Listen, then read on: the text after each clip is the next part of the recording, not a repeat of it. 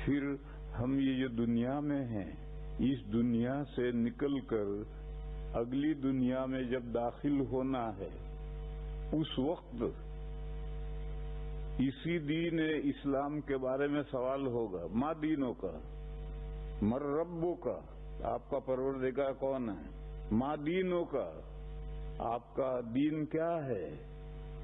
ما تقول فی ھذا الرجل، نبی پاک صلی اللہ علیہ وسلم کی زیارت کروائی جائے گی۔ ہر مقبور کو جسے دفن کیا گیا ہے اسے اللہ حضور کی زیارت کروائی جائے گی، اور وہ زیارت کرتے ہی اگر مومن ہے تو پہچان جائے گا، اور مومن نہیں ہے تو ہاں ہاں کرے گا۔ حضور کو زیارت کرا کر دکھا کر کے پوچھیں گے کہ یہ جو حضرت جی تجھے نظر آ رہے ہیں ان کے بارے میں تیرا کیا عقیدہ ہے؟ یہاں رک کر ایک بات سمجھو،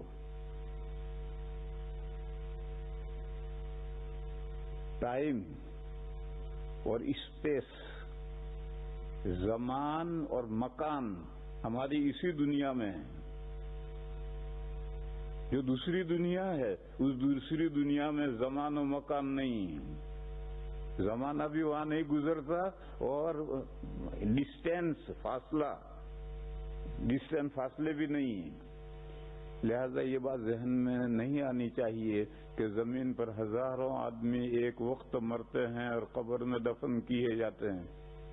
سب کو دکھانے کے لیے حضور کو کہاں کہاں لے جائیں گے، یا قبر والے کو کہاں کہاں لے جائیں گے؟ ہزاروں آدمی ایک ساتھ دفن ہوتے ہیں، یہ سوال ختم۔ ڈسٹینس، فاصلے اس دنیا میں ہے، دوسری دنیا میں فاصلے نہیں۔ آڑ اور پہاڑ اس دنیا میں ہے، دوسری دنیا میں آڑ اور پہاڑ نہیں۔ ایسے ہی ٹائم، زمانہ بھی وہاں نہ گزرتا۔ حضرت عیسیٰ علیہ السلام غسل خانے میں سے نہا کر کے باہر نکلے، مکان کا گھیرا ڈال رکھا ہے یہودیوں نے کہ ان کو، عیسیٰ کو پکڑنا ہے، قتل کرنا ہے۔ اس وقت 12 حواری بھی اسی مکان میں تھے، لیکن اب چاروں طرف سے گھیرا ڈال رکھا دشمنوں نے، 12 حواری بیچارے کیا کریں گے؟ تو عیسیٰ علیہ السلام نہانے کے لیے تشریف لے گئے، اور نہا کر باہر نکلے تو حضرت کے بڑے بڑے بال تھے۔ اس زمانے میں تولیہ استعمال کرنے کا رواج نہیں تھا، ابھی بہت قریب کے زمانے تک تولیہ کوئی جانتا ہی نہیں تھا۔ تو حضرت عیسیٰ علیہ السلام جب نہا کر نکلے تو بالوں میں سے پانی ٹپک رہا تھا۔ فرشتے آ گئے اور انہوں نے چھت کھول کر کے عیسیٰ علیہ السلام کو چھت پر سے لے کر آسمان پر لے گئے۔ قیامت کے قریب میں جب عیسیٰ علیہ السلام دمشق کی جامع مسجد کے مینارے پر وہ فرشتے لائیں گے اور جامع مسجد کے مینارے پر لا کر رکھ دیں گے، پھر مینارے کی سیڑھیوں سے حضرت خود اتریں گے، فرشتے گئے۔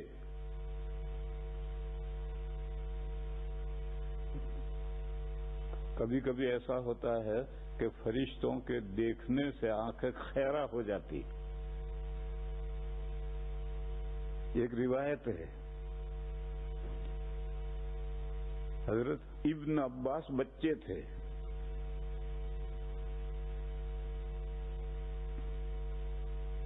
ان کے ابا نے، حضرت عباس جو حضور کے چچا تھے، انہوں نے کسی کام کے لیے لڑکے کو بھیجا، جاؤ حضور کے پاس یہ چیز دے آؤ، لے آؤ، کسی کام کے لیے بھیجا۔ وہ گئے تو نبی پاک صلی اللہ تعالی علیہ وسلم ایک بندے سے، ایک بھائی سے باتیں کر رہے تھے۔ وہ دیکھا انہوں نے، اپنا جو کام کہنے کے لیے گئے تھے یا لینے کے لیے گئے تھے وہ لے کر آ گئے، اور آ کر کے عباس یہ کہا کہ نبی پاک صلی اللہ علیہ وسلم کسی آدمی سے باتیں کر رہے تھے۔ وہ کون آدمی تھا ہم نہیں پہچانتے۔ حضور کے زمانے میں مدینہ کی آبادی بہت تھوڑی تھی، اب تو بہت بڑا مدینہ بن گیا۔ وہ تھوڑا سا کہ قصبہ یا گاؤں جیسا ہوتا ہے تو ہر آدمی ہر ایک کو جانتا ہے، لندن جیسے میں کوئی کسی کو نہیں جانتا، لیکن چھوٹا گاؤں ہو یا قصبہ جیسا بڑا گاؤں ہو تو ہر آدمی ہر ایک کو جانتا ہے۔ تو عبداللہ ابن عباس نے کہا کہ حضور کسی سے باتیں کر رہے تھے اور وہ کون آدمی تھا اللہ جانے۔ تو چچا نے ملاقات کے وقت حضور سے پوچھا کہ یا رسول اللہ، جب میں نے عبداللہ کو بھیجا تھا تو آپ کسی سے باتیں کر رہے تھے، کون آدمی تھا؟ تو حضور نے فرمایا عبداللہ نے دیکھا اسے؟ تو کہاں دیکھا؟ تو حضور نے فرمایا پھر وہ نابینا ہو جائے گا۔ چنانچہ ابن عباس آخری عمر میں نابینا ہو گئے۔ تو کبھی کبھی فرشتے کا تحمل نہیں کر سکتا آدمی، تو فرشتے دمشق کی جامع مسجد کے مینارے پر لا کر کے حضرت عیسیٰ علیہ السلام کو بس وہاں رکھ کر کے وہ فرشتے گئے۔ اب وہاں مینارے کی سیڑھیوں سے اتر کر حضرت عیسیٰ علیہ السلام خود نیچے آئیں گے۔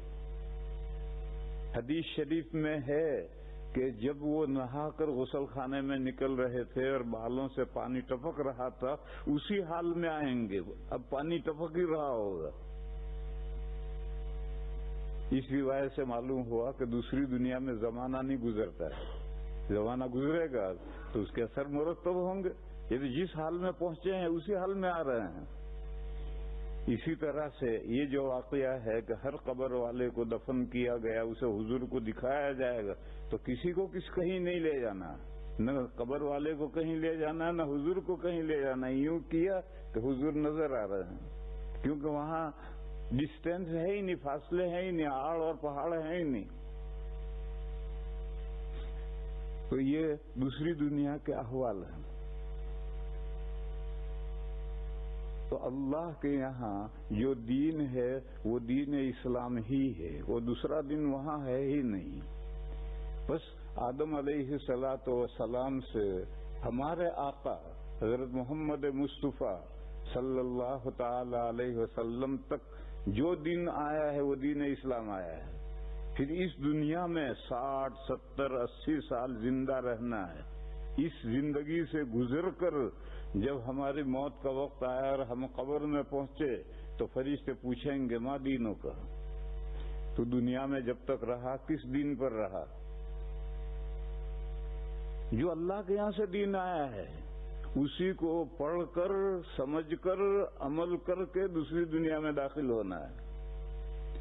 جیسے اسکولوں میں تو طریقہ نہیں ہے، لیکن آپ کے جتنے بھی دنیا میں دارالعلوم ہیں ان میں رمضان کے بعد شوال میں جب طالب علم پڑھنے کے لیے آتے ہیں تو داخلہ امتحان ہوتا ہے، ایڈمیشن ٹیسٹ ہوتا ہے کہ پچھلے ادارے میں سے کیا پڑھ کر آیا ہے، جو آگے درجہ مانگ رہا ہے اس درجے کے قابل ہے یا نہیں ہے، اس کا ایڈمیشن ٹیسٹ ہوتا ہے۔ اسی طرح سے جب ہم اس دنیا سے نکلیں گے اور دوسری دنیا میں داخل ہوں گے تو داخل ہوتے ہی ایڈمیشن ٹیسٹ ہوگا کہ اللہ نے جو اسلام نازل کیا تھا اس اسلام پر آیا ہے یا کسی اور دھرم پر آیا ہے۔ نہیں ہے، ایک ہی سوال ہے، مر ربک کا، تیرا پروردگار کون ہے؟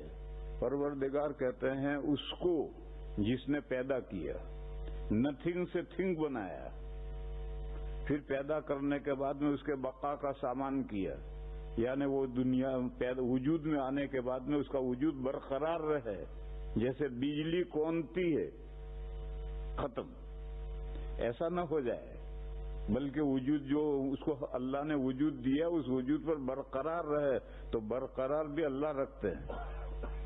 اور رب کے لیے ضروری ہے کہ وہ نتھنگ سے تھنگ بنائے پھر برقرار بھی رکھے، پھر سلولی ترقی دے کر لاسٹ پوائنٹ پر پہنچا دے، ایک دم نہیں ربڑ کھینچ دیا ایسا نہیں، بلکہ سلولی لاسٹ پوائنٹ تک لے جائے۔ یہ رب ہونے کے لیے ضروری ہے، جو رب ہوگا اس میں 3 باتیں ہوں گی، نتھنگ سے تھنگ بنائے، پھر اس کے بقا کا سامان کرے، پھر سلولی بڑھا کر کے لاسٹ پوائنٹ تک پہنچائے۔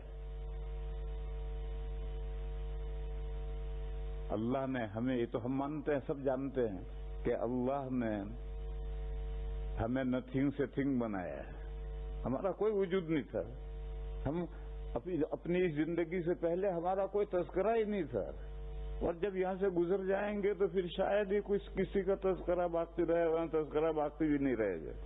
اس زندگی کے اندر ہم موجود ہیں اور ہمارا تذکرہ ہے۔